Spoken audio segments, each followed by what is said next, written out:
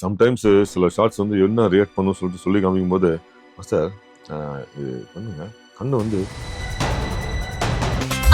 No compromise. உங்க சைடுலயும் எங்க சைடுலயும்.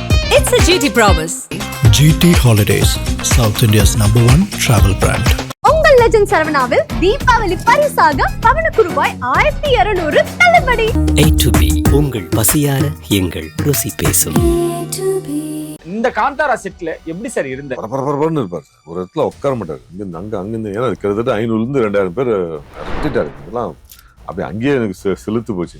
இப்படி ஒரு பெர்ஃபார்மன்ஸ் அவர் சத்தம் போட்டாருன்னா அந்த ஃபுல் இதுவும் ஸ்பின் ட்ராப் சைலண்ட் அவ்வளோ தூரம். சம்டைம்ஸ் சில ஷார்ட்ஸ் வந்து என்ன ரியாக்ட் பண்ணணும்னு சொல்லி காமிக்கும் போது சார் இது பண்ணுங்க கண்ணு வந்து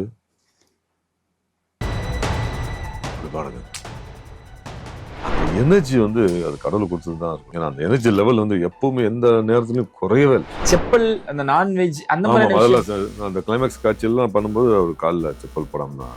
Jayaram sir and Rukmini ma'am ரியலாவும் பார்த்துருப்பீங்க. அது இல்லை நான் பார்த்த வரைக்கும் அவங்க அந்த கேரக்டருக்கு அவ்வளோ அழகா உள்வாங்கி அந்த ஒரு அந்த மெஜஸ்டிக்கான லுக்கை வந்து கொடுத்தாங்க. லாஸ்ட் ஷெடியூல் முன்னாடி நான் கேள்விப்பட்டேன் ஷெப் செட்டி சாருக்கும் ஆக்சிடென்ட் ஆயிடுச்சு அப்படின்னு. அதுக்கப்புறம் மெசேஜ்ல கூட அனுப்பிச்சேன் sir please take care sir அப்படின்னு ஒரு மெசேஜ் அனுப்பிச்சேன். வைப்பில் சொல்றாரு நம்ம சார் மாஸ்டர் வந்து எனக்கு SMS அனுப்புறாரு sir please sir take sir அப்படி டேக் கேர் சார் அப்படின்னு அவர் பயந்துட்டு இருக்கிறாரு அப்படின்னு சொல்லிட்டு. ஆதன் சிமெண்ட் அனைவருக்கும் ஒரு பெரிய வணக்கம் அண்ட் வெல்கம் டு ஷோ. இன்னைக்கு நம்ம கூட சம்பத் ராம் சார் இணைஞ்சிருக்காங்க. சாரை பத்தி சொல்லணும் அப்படின்னா ரொம்ப இயல்பானவருங்க. நம்ம எப்போ கால் பண்ணாலும் எப்போனாலும் பேசலாம். ரொம்ப ஃப்ரெண்ட்லியான ஒரு கேரக்டர். சமீபத்தில் காந்தாரா எல்லாரும் பார்த்துருப்போம் சாப்டர் 1. இன்ன வரைக்கும் அதோட அந்த வெற்றி அப்படின்றத நம்ம கண்முன் பார்த்துக்கிட்டே இருக்கோம். திரையரங்கள் எல்லாமே வந்து மக்கள் கூட்டமாக குமிஞ்சிக்கிட்டு இருக்காங்க. தமிழ் ஆடியன்ஸ் ரொம்ப பிடிச்சு அதை கொண்டாடிக்கிட்டு இருக்காங்க. அதுல முக்கிய கதாபாத்திரமும் பண்ணியிருக்காங்க. நிறைய விஷயங்கள் அதை சார்ந்து பேசப்போம். வணக்கம் சார். வணக்கம் எல்லாருக்கும் வணக்கம் சார். இதை மறந்துட்டேன் சார் இன்ட்ரோல சொல்ல. ஒரு கேரக்டர் ஒன்று நம்ம கொடுத்தோம் அப்படின்னா சார் அது உள்வாங்கி பண்றதுன்னு ஒன்று இருக்குல்ல சார், அப்படியே வாழ்றதுன்னு ஒன்று இருக்குல்ல, அது ரொம்ப ரேரா சிலர்லாம் நம்ம சந்திப்போம். அதுல ஒருத்தரா நீங்க தொடர்ந்து எல்லா படைப்புகளையும் இருந்துகிட்டு இருக்கீங்க அப்படின்றது எங்களுக்கு ரொம்ப மகிழ்ச்சியா இருக்கு சார். ரொம்ப ரொம்ப நன்றி. டைரக்டர் என்ன சொல்றாரோ அதை கேட்டு உள்வாங்கி அதை அப்படியே நம்ம பிரதிபலிக்கிறோம், அவ்வளவுதான். மற்றபடி வந்து 10 நாட்கள் கூட நிறைவடையில 500 கோடி அப்படின்ற ஒரு விஷயம் நீங்க சொன்னதான். அங்க இருக்கிற பட்ஜெட் அப்படின்ற ஒரு விஷயங்கள் இருக்கு. முதல் பாகத்தை நான் வந்து 16 கோடி சம்திங் எதுலயேதான் எடுத்தோம். ஆனா நாங்க எதிர்பார்க்காத ஒரு வசூல். என் வாழ்க்கையிலேயே பெரிய பட்ஜெட் எடுத்த படம் அதுதான் அப்படின்னு. சோ அதை தாண்டின ஒரு பட்ஜெட் தான் இந்த படம். இந்த காந்தாரா செட்ல எப்படி சார் இருந்தார், எப்படி இயங்கினார் சார்? பரபரன்னு இருப்பார் சார். ஒரு இடத்துல உட்கார மாட்டார். இங்கிருந்து அங்கிருந்து ஏன்னா கிட்டத்தட்ட 500 2000 பேர் கட்டி காக்கணும். அவ்வளவு பேரை வேலை வாங்கணும். பரபரன்னு இருப்பாரு. அதுக்கேற்ற மாதிரி அவர் டீம் வந்து இவர் என்ன நினைக்கிறாரோ அதை அப்படியே எக்ஸிக்யூட் பண்றது ஒரு அழகான டீம் அது. அசிஸ்டன்ட் ரைட்டர்ஸ் ஆகட்டும், ஆர்ட் டிபார்ட்மெண்ட் ஆகட்டும், கேமராமேன் டீம் எல்லாருமே வந்து ஒரு கரெக்டா ஒருத்தருக்கு நல்ல அண்டர்ஸ்டாண்டிங்கோட சுறுசுறுப்பா பண்ணாங்க எல்லாமே. ஸோ அங்க யாருமே சும்மா நிக்கிறத பார்க்க முடியாது. சும்மா இருக்கணும்னா நாங்க தான் இருப்போம். ஷார்ட் இருந்தா மட்டும்தான் கூப்பிடுவாங்க, மீதி நேரத்தில் சும்மா இருக்கும். மற்றபடி யாருமே அங்க சும்மா இருக்கிறத பார்க்க முடியாது. அவன் இங்க அங்க இவரும் ஓடிட்டே இருப்பாரு. இதுவும் மைக்ல எல்லா லாங்குவேஜும் பேசுவார். அவர் ஆக்சுவலா கொஞ்சம் பேசுவார் எல்லாமே. ஆனா அங்க வந்து எல்லா லாங்குவேஜ் டெக்னீஷியன்ஸும் இருந்ததுனால எல்லாருக்கும் அவங்க மொழியில புரிய வச்சு நீங்க என்ன பண்ண அவங்க என்ன பண்ண. அந்த ஜூனியர் ஆர்டிஸ்டும் ஜூனியர் ஆர்டிஸ்ட்லயுமே வந்து தெலுங்காரங்க இருந்தாங்க, மலையாளிஸ் இருந்தாங்க, தமிழ் ஆளுங்களும் சில பேர் இருந்தாங்க. ஸோ கன்னடிகா பீப்புள் நிறைய பேர் இருந்தாங்க. ஸோ இப்படி எல்லா மொழிக்காரங்களும் இருந்ததுனால எல்லாருக்கும் அவங்கவுங்க லாங்குவேஜை சொல்லி புரிய வச்சு அழகா வேலை வாங்கினார். ஒரு ஷாட் வந்து வரலன்னா கொஞ்சம் கூட கோவப்படாம அடுத்த ஷாட் வந்து ஒரு ஷாட் ரெடி பண்றதுக்கு ஒரு 1/2 hour ஆயிடும். ரொம்ப நம்பர் ஆஃப் பீப்புள் அதிகம். ஒரு ஷாட் சரியா வரலன்னா அடுத்த ஷாட் எடுக்கிறதுக்கு இன்னொரு 1/2 hour ஆகும். பல நேரங்கள், எல்லா நேரங்களும் கிடையாது. ஸோ அதெல்லாம் வந்து ரொம்ப கோஆர்டினேட் பண்ணி எல்லாரையும் அரவணைச்சு அவர் கோவப்பட்டு நான் பார்க்கவே இல்லை. ஒரு இடத்துல கோவப்பட்டேன்னு சொன்னாங்க, கேள்விப்பட்டேன். பட் ஆனா நான் பார்க்கவே இல்லை. ஆமா, அது ரொம்ப ரேர்.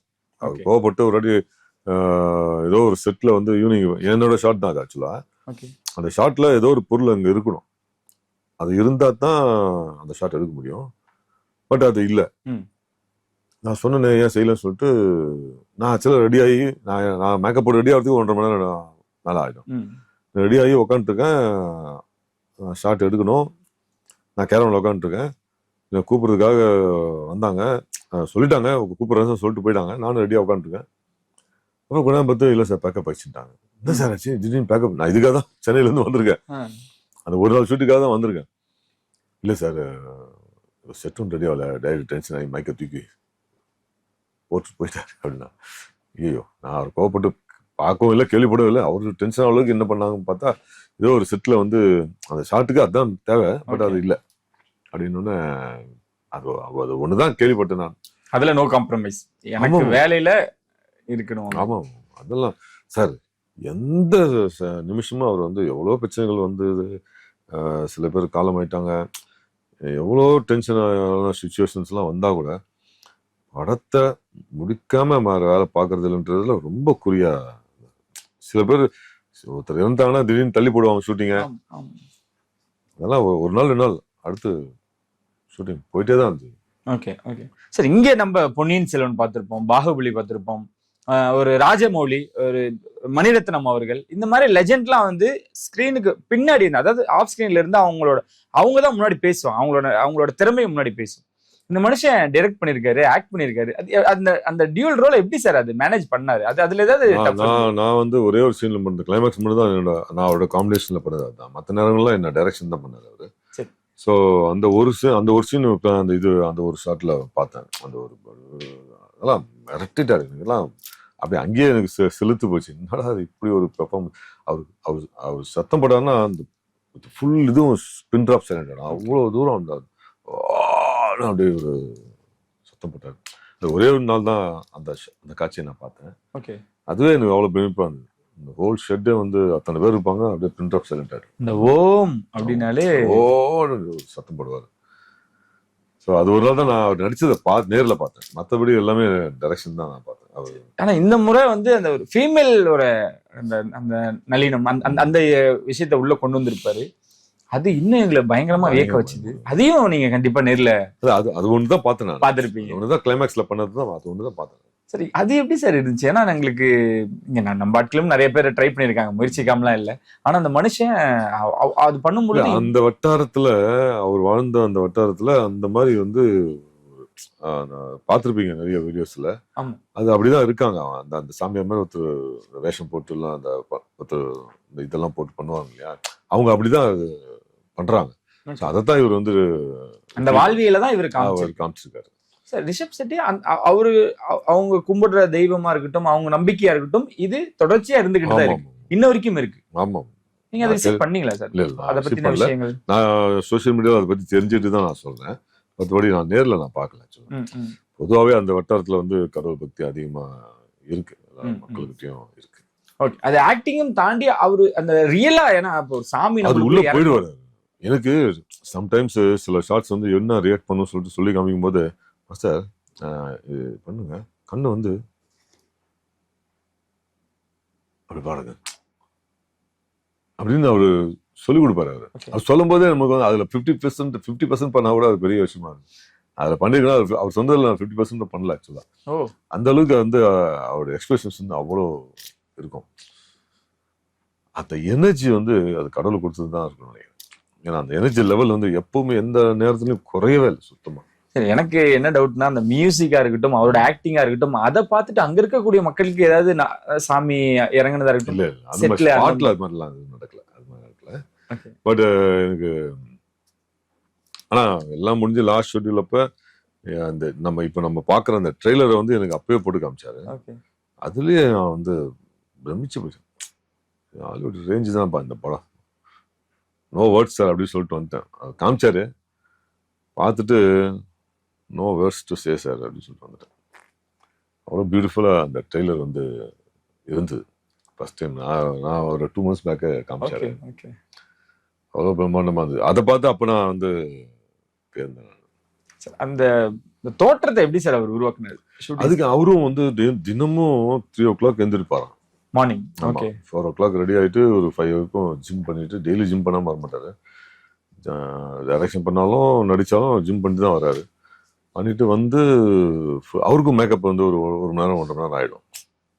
அதை மேக்கப் எல்லாம் போட்டு முடிச்சு வந்து அதுக்கப்புறம் தான் நடிப்பாருன்னு நான் கேள்விப்பட்டேன் அந்த செட்ல. ஓகே, அது இல்லாம அவர் இந்த செப்பல், அந்த நான்வெஜ், அந்த ஆமா, அதெல்லாம் அந்த கிளைமேக்ஸ் காட்சி எல்லாம் பண்ணும்போது அவர் காலில் செப்பல் போடாம தான் இருந்தாரு. அவர் என்ன சாப்பிட்டாங்கிறது நான் நேர்ல பார்க்கல, கேள்விப்பட்டது தான். பட் ஆனா செப்பல் போடாம அப்படிதான் இருந்தார் அப்பெல்லாம் கிளைமேக்ஸ் காட்சி எடுக்கும்போது. ஓகே, ஷூட்டிங் ஸ்பாட்ல நீங்க பார்த்த வரைக்கும் இதெல்லாம் ரொம்ப ஸ்ட்ரகிளுங்க. இது நீங்க பாக்குறது ஒரு ஈஸியா இருக்கலாம், ஒரு ஃப்ரேம் உங்களுக்கு ஈஸியா இருக்கலாம், நீங்க கடந்து போகலாம், அவ்வளவு மெனக்கெட்டு இருக்கும். ஏன்னா நான் உங்ககிட்ட ஆஃப் ஸ்கிரீன்ல கேட்டதும் அதுதான், சரி என்ன இடம் சார் இது அப்படின்னு நான் கேட்டிருந்தேன். அது அந்த ஊர் இருக்கா, ஏன்னா அது அவ்வளவு ரியலா நம்மளுக்கு கொடுத்துருக்காங்களே. அதாவது குந்தாப்பூர்ல இருந்து நம்ம தாய் மூகாம்பிகை கோயில் கேள்விப்பட்டிருப்பீங்க. நிறைய பேர் இங்கிருந்து கூட நிறைய பேர் போய் பார்ப்பாங்க. அங்கிருந்து ஒரு 30 கிலோமீட்டர்ஸ் இருக்கும்னு நினைக்கிறேன். பை கார் ஒரு 1/2 hour ஆகும். அந்த தாய் மூகாம்பிகை கோயில் வந்து அங்கிருந்து ஒரு 10-15 கிலோமீட்டர்ஸ் ரோட் நல்லா இருக்கும். அதுக்கப்புறம் வில்லேஜ் வரும், வில்லேஜுக்குள்ள போவோம். அதுக்கப்புறம் வந்து மண் ரோட்ல காடு மாதிரி இருக்கும். அதெல்லாம் போய் ஒரு பெரிய மலை, ஒரு 2-3 மலை சேர்ந்தது அந்த ஒரு கிட்டத்தட்ட ஒரு 1000 ஏக்கர் இருக்கும்னு நினைக்கிறாரு. அதுக்கு மேல ஒரு ஃபோர்ட்டு, அதுக்கப்புறம் ஒரு வில்லேஜ், ஒரு பெரிய கோவில், இந்த செட் எல்லாம் அதுக்கு மேல போட்டாங்க. ஓகே, அதுக்கு போறதுக்கு ரோட்ல இவங்களதான் போட்டாங்க. இவங்களே அது கிரியேட் பண்ணி ரோட, ஏன்னா கேரவன் போகணும், ஜென்ரேட்டர் போகணும், ஏகப்பட்ட வண்டிகள்லாம் போகணும். தினமும் 500 பேர் 1000 பேர் 2000 பேர் மக்கள் வர போகணும். இவங்கெல்லாம் கூடும்போது பஸ்ஸு 2 வண்டி போற அளவுக்கு ரோட போட்டு அதுக்கு மேல செட்டை போட்டு அங்கதான் வந்து ஷூட்டிங்கே பண்ணாங்க. அங்க காட்டுக்குள்ள எடுக்கிறது ரொம்ப ஒரு சிரமமான விஷயம். அதெல்லாம் ரியல் கார்டுலாம் போயிருக்காங்க. ஓகே, அந்த கிளைமேக்ஸ் காட்சி அந்த சிஜி ஒர்க் எல்லாம் பண்ணாங்கல்ல, அது மட்டும்தான் வந்து செட்டுக்குள்ள பண்ணாங்க. ஏன்னா அந்த தீப்பிழம்பு மாதிரி ஒண்ணு வரும், அப்புறம் தீப்பிழம்புலயே அது ஒரு சாமி வரும். அந்த கிளைமேக்ஸ் காட்சி என்ன வந்து அடிச்சு நான் ரோப் ஷாட்ல நான் ஜம்ப் ஆகி விழுவேன், அதெல்லாம் வந்து இதுல எடுத்தாங்க. மற்றபடி எல்லா காட்சிகளுமே ரியல் கார்டுல தான் எடுத்து. ஓகே, அங்கெல்லாம் வந்து சிரமப்பட்டு தான் பண்ணாங்க. நான் வந்து ஒரு 7-8 நாள் அந்த 7 நாள் மேல இருக்கும் அந்த ஃபாரஸ்ட் உள்ள பண்ணது. ஸோ அங்க சிரமமான காட்சின்னா, இத்தனை பேரை வச்சு ஈவினிங் அந்த 5:30 to 6:30 ஒரு லைட் இருக்கும்ல, அந்த லைட்டுக்குள்ள எடுக்கணும்ன்ற முயற்சி பண்ணாரு. அது வந்து ஒரு நாள் எடுத்தாரு, 2 நாள் எடுத்தாரு, 3 நாள் ஆச்சு. அது 3 நாள், ஒரு நாளுக்கு போயிட்டு 3 நாள் ஆச்சு. அந்த அந்த பர்டிகுலர் லைட்ல எடுக்கணும்ன்ற ஒரு எண்ணத்துல அதை பண்ணாங்க. அதுக்கு 3 நாள் ஆச்சு. அத்தனை பேரை கோஆர்டினேட் பண்ணி பண்ணணும் கரெக்டா.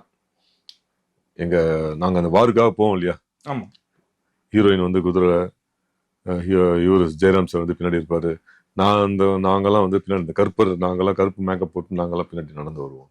ஸோ அந்த ஷாட் மட்டுமே வந்து 3 days ஆச்சு. ஓகே,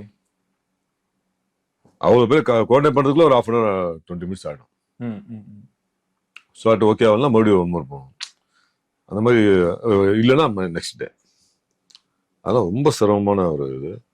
ஆனா அது படமா பார்க்கும்போது அவ்வளவு பியூட்டிஃபுல்லா இருக்கும். அந்த லைட்டிங்க்கு, அந்த ஈவினிங் லைட்ல அந்த ஃபுல் கேங் அப்படியே அந்த ஹீரோயின் அப்படி அந்த குதிரை வண்டியில அப்படி வரும்போது பாத்தீங்கன்னா அது அவ்வளவு பியூட்டிஃபுல்லா இருக்கும் அந்த shot.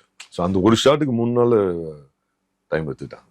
Jayaram sir and Rukmini ma'am நாங்க எதிர்பார்க்கவே இல்லை, செம்ம ட்விஸ்ட். அந்த வில்லனிசம் அவங்களுக்குள்ள வரும்பொழுது பயங்கரமா இருந்தது. ரியலாவும் பார்த்திருப்பீங்க. அது இல்ல, நான் பார்த்த வரைக்கும் அவங்க அந்த கேரக்டருக்கு அவ்வளவு அழகா உள்வாங்கி அந்த அந்த பாடி லாங்குவேஜ் வந்து எல்லாத்தையுமே உள்வாங்கி அழகா பண்ணாங்க. அந்த பாடி லாங்குவேஜ்லயே அவங்க வந்து ஒரு அந்த மெஜஸ்டிக்கான ஒரு லுக்கை வந்து கொடுத்துட்டாங்க. அவ்வளவு பியூட்டிஃபுல்லான ஒரு உமனு. அந்த ராணின்ற கேரக்டருக்கு அவ்வளவு ஆப்டா இருந்தாங்க. அது வந்து அது மைண்டுக்குள்ள போயிடுச்சுன்னா அது ஆட்டோமேட்டிக்கா வந்துடும். அதுதான் டைரக்டருடைய வேலை. டைரக்டர் வந்து ஒரு சாதாரண நடிகனை கூட பெரிய நடிகன் ஆக்கலாம். அது வந்து டைரக்டர்ல முடியும். அந்த வேலையை வாங்குறது அந்த டைரக்டர்கிட்ட இருக்கு. அதை ஒரு நடிகனை வந்து அதை உள்வாங்கி நடிக்க வைக்கிறது டைரக்டர்கிட்ட இருக்கு. அதை இவர் வந்து சொல்ல வேண்டியதில்லை. ரிஷப் ஷெட்டி சார் வந்து அவரே அழகா நடிச்சு காமிப்பாரு. அவர் சொல்றதுலயே அப்படி பாதி உள்ள போயிடும் மைண்டுக்குள்ள. அவங்க அதை அழகா அடாப்ட் பண்ணி அந்த கேரக்டர் வந்து பண்ணியிருந்தாங்க. அவ்வளோ பியூட்டிஃபுல்லான ஒரு ஆர்டிஸ்ட் கிட்ட கொஞ்சம் அந்த வில்லனிக்காவும் பண்ண முடிஞ்சதுன்னா அது வந்து டைரக்டரோட. எங்களுக்கு இன்னும் ரொம்ப ஆச்சரியமா இருந்தது, அதிர்ச்சியா வந்து ஜெயராம் சார். ஆமா, எனக்கு தெரியும் அவர் தான் வில்லன் அப்படின்னு நிறைய தெரியும். பட் அவர் அதை கரெக்டா பண்ணியிருந்தாரு. அது வந்து சூப்பரா இதுவரைக்கும் நம்ம வந்து அவர் காமெடி கலந்த ஹீரோ, காமெடி கலந்த கேரக்டர் அப்படிதான் பார்த்திருப்போம். இதுல அட்டகாசமான ஒரு கேரக்டர். உங்களுக்கு எது சார் ரொம்ப சிரமமா இருந்தது? எனக்கு உண்மையிலே சொல்ல போனா எங்கேயுமே எனக்கு சிரமம் அவங்க கொடுக்கவே இல்லை ஆக்சுவலா. ஓகே, இல்ல ஐ டு ஐ நடிக்கும் பொழுது இவங்களோட ஸ்பேஸ், நான் அவங்களோட ஸ்கிரீன் ஸ்பேஸ் எடுக்கும் பொழுது கொஞ்சம் எனக்கே மிரட்டிட்டாங்க இதாலும் அப்படின்ற சூழ்நிலை. எனக்கு உண்மையிலேயே டைரக்டர் ஆகட்டும், ஜெயராம் சார் ஆகட்டும், ஹீரோயின் ஆகட்டும், எல்லாருமே வந்து ரொம்ப நல்லா பழகினாங்க. எனக்கு வந்து ஒரு ஒரு பயமோ அந்த டென்ஷனாவே இல்லை. வெரி ஃபர்ஸ்ட் டே வந்து டைரக்டர் வந்து ஜெயராம் சார்ட்ட, sir Sampath Ram sir sir அப்படின்னு இன்ட்ரடியூஸ் பண்றாரு. தெரியாதா எனக்கு, இவங்க எங்க ஃபேமிலியில எல்லாருக்கும் ஒரு ஃபேனு. மாளிகைப்புறம் மலையாள படத்துல ஒரு கலக்கும் கலக்கிருப்பாரு. இவர் பார்த்தாவே இப்ப குழந்தைங்க எல்லாம் பயப்படும் அப்படின்னு சொல்லிட்டு உடனே ஜெயராம் சார் வந்து அவங்க ஒய்ஃப் கிட்ட வீடியோ கால் பண்ணி, யார் தெரியுதா இந்த லுக்க, என்னோட கருப்பு முகத்தை பார்த்துட்டு, நம்ம கருப்பு மேக்கப்ல இருப்போம்ல, யார் தெரியுதா அவங்கள யாருன்னு சொல்லிட்டு யோசனா, மாளிகைப்புறம் சம்பத்ராம் அப்படின்னா, சார் நீங்களா அது அப்படின்னு சொல்லிட்டு அப்புறம் அவங்களும் வந்து விஷ் பண்ணாங்க. நான் மாளிகைப்புறம் பார்த்தேன், ரொம்ப சூப்பரா பண்ணிருந்தீங்க அப்படின்னு ரொம்ப பாராட்டினாங்க. ஸோ ஃபர்ஸ்ட் டேவே அவர் வந்து, நான் எப்பவுமே பெரிய ஆர்டிஸ்ட் பார்த்தா கொஞ்சம் அந்த ஒரு தயக்கம் இருக்கு. முதல் நாளே அவர் ரொம்ப கூல் பண்ணிட்டாரு. அதுக்கப்புறம் தினமும் நாங்க வந்து எல்லாம் ஒரே ஹோட்டல் தங்கியிருந்தோம், ஒரே ரெஸ்டாரண்ட்ல தங்கியிருந்தோம். தினமும் காலையில வாக்கிங் போறது, மார்னிங் பிரேக்ஃபாஸ்ட் ஒன்னா சாப்பிடுறது, இப்படி போயிட்டதுனால எனக்கு அந்த ஃபியர்ன்றதே போயிடுச்சு. அதுக்கப்புறம் சர்வசாதாரணமா அது கூட வந்து நடிக்க ஆரம்பிச்சாச்சு. ஸோ ரொம்ப சிரமம் அப்படின்ற எதுவுமே நான் ஃபீல் பண்ணல. டைரக்ஷன் டீமும் சரி நம்மள அவ்வளோ அழகா பார்த்துக்கிட்டாங்க. எனக்கு கொஞ்சம் டைம் ரொம்ப எடுத்தது இந்த மேக்கப். அது கூட கஷ்டம்னு சொல்ல முடியாது. பட் நீங்க கேட்டதுனால இருக்கிறதுல கொஞ்சம் சிரமமானதுன்னு பார்த்தா அது ஒண்ணுதான். ஏன்னா போட்டோம்னா அப்படியே உக்காந்துடணும். காலையில போட்டோம்னா சாயந்தரம் ஷார்ட் வந்தா கூட உக்காந்துடணும். சிலர் அதுக்கப்புறம் அவங்களே உணர்ந்து என்ன பண்ணாங்க, மத்தியானம் மேல மேக்கப் போட்டு, ஈவினிங் ஷார்ட்னா மத்தியானம் மேல மேக்கப் போட்டு ரெடி பண்ணுவாங்க. ஸோ மற்றபடி எனக்கு வந்து ரொம்ப நல்லா பார்த்துக்கிட்டாங்க. என்ன மட்டும் இல்லை, அங்க ஹீரோயின் ஆகட்டும், ஜெயராம் சார் ஆகட்டும், எல்லாரையும் ரொம்ப நல்லா பார்த்துக்கிட்டாங்க. அந்த ஷாட்டுக்கு தேவைன்னா கூப்பிடுவாங்க, இல்லாட்டி போய் கேரளில் உட்காந்து சாப்பிடுவோம். ஏன்னா அது அவ்வளோ க்ரௌடு, ஒரே டஸ்ட்டு, வெயில், நல்லா குளிரும் சாயந்தரமானா. பட் வெயில் அடிக்கிற நேரத்தில் நல்லா வெயில் அடிக்கும். அதனால தேவையானப்போ கூப்பிடுவாங்க, மற்ற நேரத்தில் பெஸ்ட் பண்ணிக்க அப்படின்னு. இவ்வளோ விஷயங்கள் இருந்தாலும் இப்போ 500 கோடியை கிராஸ் பண்ணி போயிருக்கு, 1000 கோடி எதிர்பார்த்துக்கிட்டு இருக்காங்க. கண்டிப்பா 1000 கோடி அப்படின்றத எந்த ஒரு டவுட்டும் இல்லை. KGF, அதுக்கப்புறம் காந்தாரா, அந்த வரிசையில அந்த இண்டஸ்ட்ரியை இப்ப கலக்கிட்டு இருக்கு அப்படின்னு எடுத்துக்கலாம். நாங்க நிறைய கேள்விப்படுறோம், நிறைய சர்ச்சைகளும் இந்த படம் எடுக்கும் பொழுது நடந்திருக்கு அப்படின்லாம் நான் பார்க்கும் பொழுது இந்த உயிரிழப்புகள் கேள்விப்பட்டீங்களா சார்? அது வந்து நம்ம நியூஸ் சேனல்ல பார்த்துதான் கேள்விப்பட்டேன். அதுக்கப்புறம் ரொம்ப வருத்தமா இருந்தது, என்னடா அது மாதிரி ஆகுது அப்படின்னு. ரொம்ப ஏன்னா அவ்வளோ சிரமப்பட்டு எடுத்துட்டு இருக்காங்க, நடுவில் ஏதாவது தள்ளி போறதோ அது மாதிரி ஏதாவது ஆயிடுமோன்னு சின்ன ஒரு பயமும் இருந்தது. ஆனா டைரக்டர் வந்து ரொம்ப ஸ்டப்பனா அதை அப்படியே கடந்து அடுத்து என்ன சொல்லிட்டு ஷூட்டிங் தொடர்ந்து நடத்தி அக்டோபர் 2ஆம் தேதி ரிலீஸ் பண்ணி அவன்ற இதுல ரொம்ப உறுதியா இருந்தாரு. நான் கூட நினைச்சாச்சு எப்படி பண்ண முடியும். ஏன்னா 1.5 மாசத்துக்கு முன்னாடி இருக்கும் நான் ஷூட்டிங்ல இருக்கோம். ரிலீஸ் டேட்டுக்கு 1.5 மாசம் முன்னாடி இருக்கும் ஷூட்டிங்ல தான் இருக்கும். எப்படா பண்ண போறாங்கலாம் நாங்க யோசித்தோம். அதுக்கப்புறம் லாஸ்ட் ஷெடியூலுக்கு முன்னாடி நான் கேள்விப்பட்டேன், டிவியில தான் நியூஸ்ல தான் கேள்விப்பட்டேன், இது மாதிரி ரிஷப் செட்டி சாருக்கும் ஆக்சிடென்ட் ஆயிடுச்சு அப்படின்னு. ரொம்ப ஷாக் ஆகிடுச்சு எனக்கு. அதுக்கப்புறம் மெசேஜ்ல கூட அனுப்பிச்சேன், sir please take care sir அப்படின்னு ஒரு மெசேஜ் அனுப்பிச்சேன். அப்புறம் அடுத்த ஷெடியூல் நான் போகும்போது அவர் என்னை சிரிச்சுட்டு, அவர் அதை பத்திலாம் நம்ம தான் சீரியஸ் தான், என்னாச்சு அவரு என்னை பார்த்தோன்னே அவங்க ஒய்ஃப் தான் காஸ்டியூம் டிசைனர் இந்த படத்துக்கு. அவங்க ஒய்ஃப் கிட்ட சொல்றாரு, சம்பத் சார் மாஸ்டர் வந்து எனக்கு SMS அனுப்புறாரு, sir please sir take sir அப்படி டேக் கேர் சார் அப்படின்னு. அவரு வந்து பயந்துட்டு இருக்கிறாரு அப்படின்னு சொல்லிட்டு சும்மா கிண்டலா தமாசா நம்ம தான் சீரியஸா இருக்கு. அவர் வந்து அப்புறம் நான் கேள்விப்பட்டேன் என்ன சார் ஆச்சுன்னு. அஸ்டன் எல்லாம் கேட்கும்போது பெரிய லேக் ஒன்று, டேம் ஒன்று இருக்கு அங்க, அந்த கப்பல்ல வர ஒரு ஷாட் ஒன்று, அது வந்து கவுந்து உண்மையிலே ஒரு தண்ணியில வந்து நீந்தி அப்புறம் தான் ஃபுல்லா ஆளுங்க இருந்தாலும் அவ்வளோ ஆழமான ஒரு இது, கிட்டத்தட்ட எப்படி பார்த்தாலும் 60-70 அடி மேல இருக்கும் அந்த டேம் ஆழம். நீந்தி தான் வந்து அப்புறம் தான் எல்லாரும் சேர்ந்து காப்பாற்றி இது பண்ணாங்க. அது மாதிரி இன்சிடென்ட்லாம் நடந்திருக்கு. பட் எல்லாமே கடந்து அந்த நருளால ஒரு நல்ல படமா, வெற்றி படமா இப்போ ஓடிட்டு இருக்கும் போது இல்ல சார், இப்போ ஒரு உயிரிழப்பு நடந்துச்சு அப்படின்னா அது ஒரு பிளாக் மார்க்குமாங்க, ஒரு தடை அப்படிம்பாங்க. ஆமா, நானே பயந்துனே, என்னடா இது மாதிரி ஆயிடுச்சு, எப்படி இது அடுத்து கண்டினியூ எப்படி ஆகும், அடுத்து ஏதாவது ஸ்டக் ஆகுமா, இல்லாட்டி எப்போ மறுபடியும் ரீஸ்டார்ட் பண்ணுவாங்க, ஏன்னா டேட் வர அனௌன்ஸ் பண்ணிட்டாங்க, இப்படிலாம் எனக்கு தோணுச்சு. பட் அங்க போனா அவர் மைண்ட்ல எதுவுமே இல்லை. ஓகே, படத்தை எடுத்து முடிக்கணும், அது மட்டும் படத்தை எடுத்து முடிச்சு ரிலீஸ் பண்ணணும் அப்படிங்கிறது மட்டும்தான் எனக்கு வந்து அவர் மைண்ட்ல இருந்து. ஓகே, இன்னொரு கிளைமேக்ஸ்ல எனக்கு அந்த கேள்வி வந்துச்சு. ஏன்னா இப்போ நீங்க சொன்னீங்க நம்மளுக்கே நிறைய விஷயங்கள் கொடுத்தாங்கன்னா நம்மளுக்கு கொஞ்சம் டைம் எடுத்துக்கும், அதுல உள்வாங்கிறதுக்கு நேரம் எடுத்துக்கும்.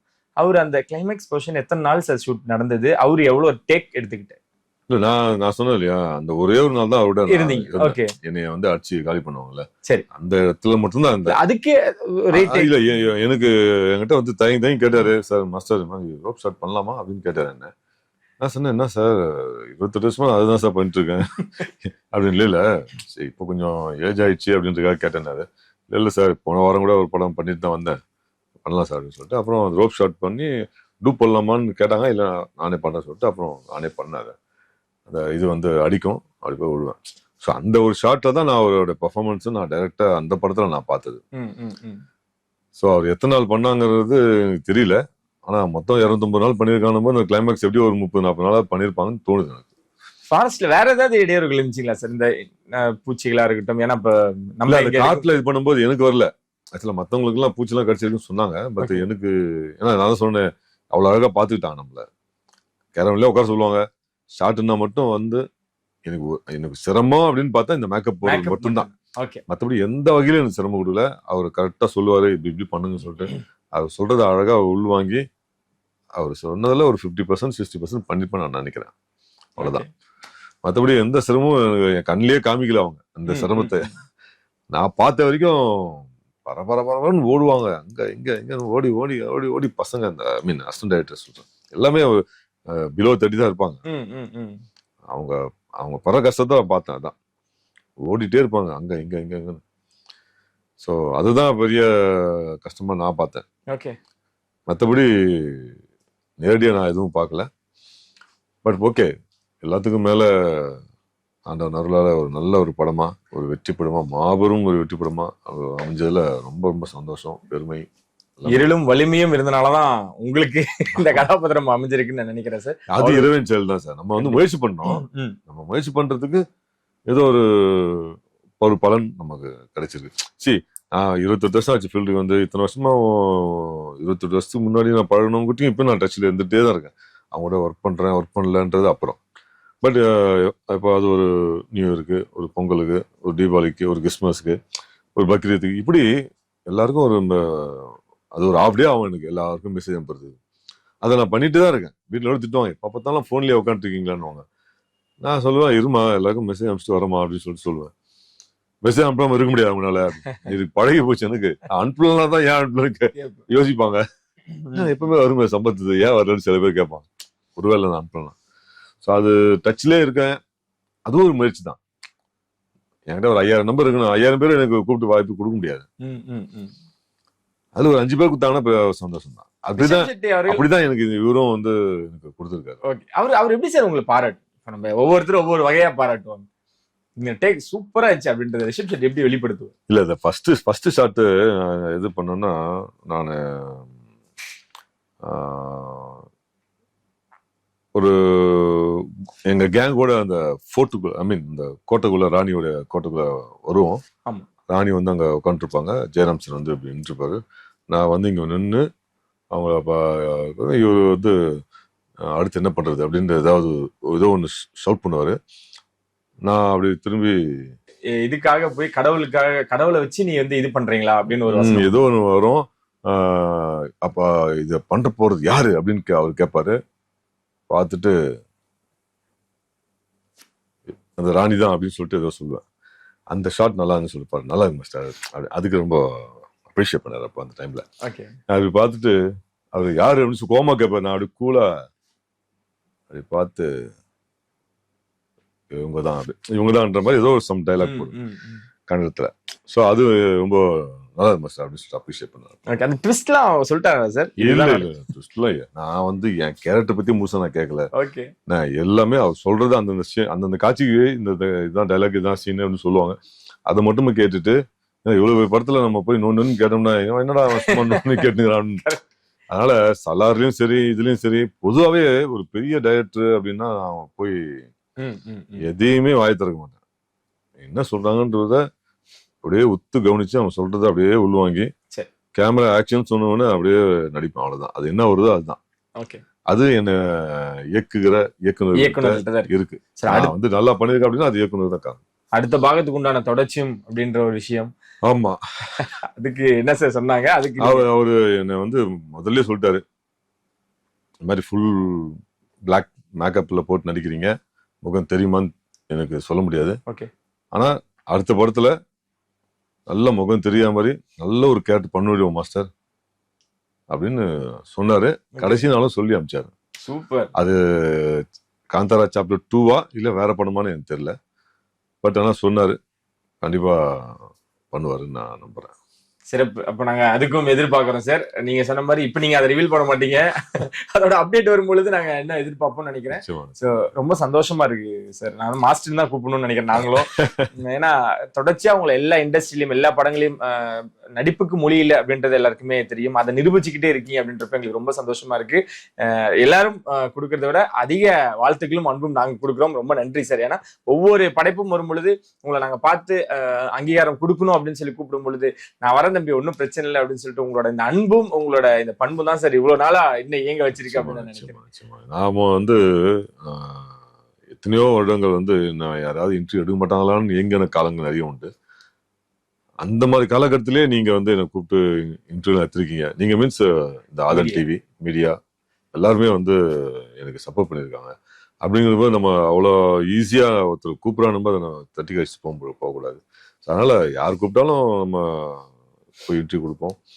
ரெண்டாவது நீங்க சொன்னீங்க எல்லா மொழிகளையும் பண்றீங்க அப்படின்னு, அது வந்து இறைவன் செயல் தான். நம்ம 28 வருஷமா இன்னும் ஃபீல்டு இருக்கோம்னா அது காரணம் வந்து இறைவன் செயல் தான். நம்ம முயற்சி மட்டும் தான் நம்மளுது.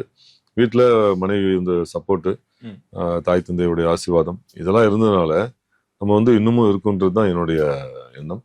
தொடர்ந்து கடைசி வரைக்கும் நம்ம வந்து நடிச்சுட்டே இருக்கணும் தான் என்னுடைய எண்ணம். ஆண்டவன் அருளால எல்லாமே நல்லபடியாக நடக்கும். இன்னும் அடுத்தடுத்த லெவலுக்கு போகிறதுக்கு முயற்சி பண்ணிகிட்டே இருக்கேன். அது நிச்சயமா நடக்கும்னு நம்புறேன். இதை பார்த்துட்டு இருக்க எல்லாருக்குமே என்னோட மனமார்ந்த நன்றி. ரிஷப் ஷெட்டி சார் அவர்களுக்கு மீண்டும் ஒரு முறை மிகப்பெரிய ஒரு நன்றியை சொல்லிக்கிறேன். நன்றி. ரொம்ப நன்றி சார். இந்த நிகழ்ச்சியில் சந்திக்கும் முறை உங்களிடம் விடைபெறும். நன்றி.